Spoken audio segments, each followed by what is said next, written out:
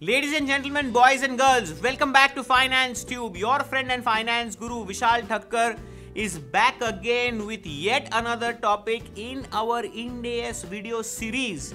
And yes, ladies and gentlemen, today's topic of discussion is comprehensive income statement. Now, while typically this comprehensive income statement is not a new statement, it is actually an income statement which replaces the P&L account.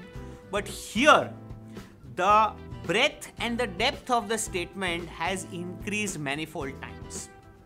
Now, Ind AS or IFRS takes a very matured approach to the entire income generation activity of an organization. Earlier, we used to have a classification of capital revenue and operational revenue. So we said that, hey, all your capital receipts will go to balance sheet and your revenue receipts will go to P&L. So all the revenue items related to current year will form a part of P&L and everything else will go to the balance sheet because that will be carried forward to the subsequent period.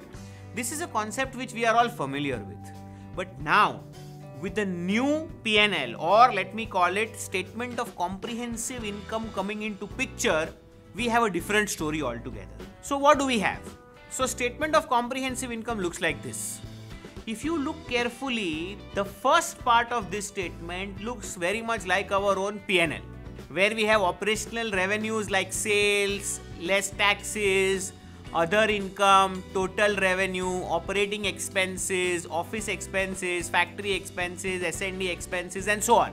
But after that, the second part of this comprehensive income statement talks about OCI, which is other comprehensive income. Now, what do you mean by other comprehensive income? Many a times, there is a wide range of activity which is incidental to the operations of an organization in the due course of its business. So, whatever incidental income arises, most of it is non-cash. So, let's say fair value changes in my assets or liabilities. Fair value changes in my cash flow hedges.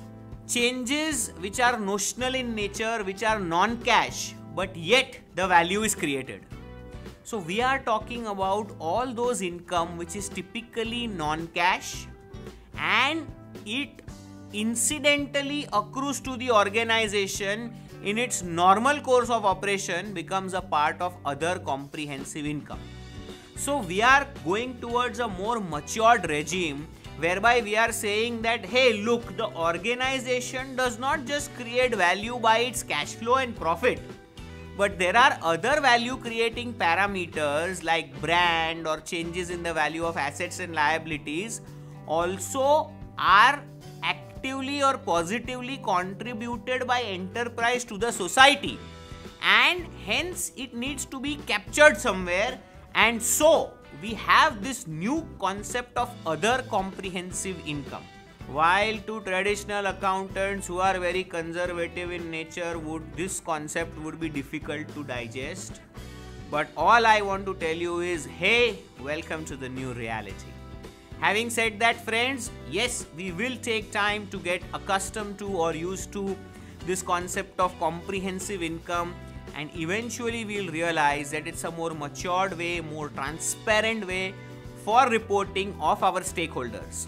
So for comprehensive income, statement of changes in equity, balance sheet, and many more exciting topics related to Ind AS, stay tuned to our channel and subscribe now if you haven't done so far. Our channel, Finance Tube. We all know that people from non-finance background struggle to manage their finances. They hit the reality when they get their first paycheck, and from then on, they are all by themselves to manage their money on their own for lifetime. It's like asking you to fly a plane without any formal training. It's very risky. So our endeavor through our books, our videos, and all other mediums is to educate you financially so that you don't outsource managing your own finances to somebody else and suffer because of inefficiencies of other people.